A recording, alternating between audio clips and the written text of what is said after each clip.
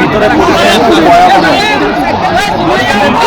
যাবে গুলিবিদ্ধ তাদেরকে পুলিশ, তারপরও তাদের ভাই এই মেন স্ট্রিমগুলোর সামনে ভাই ইমার্জেন্সিতে খুবই ভয়াবহ অবস্থা। কিন্তু আমরা ছাড়বো না। সরকার একটা খুবই বাজে সিদ্ধান্ত নিয়েছে।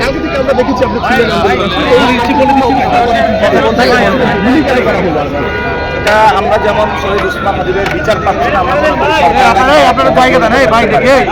এটা একদমই যেটা সরকার যে কাজটা করলে এটা একটা বাজে উৎকৃষ্ট উদাহরণ।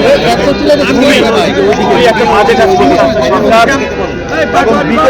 অনেকেই গুলিবিদ্ধ, অনেকের বুটের আঘাতে খুবই বাজে অবস্থা। একজন বলতেছে ভাই আমার কেউ নাই, সুরভি নামে একজনকে পাওয়া যাচ্ছে না।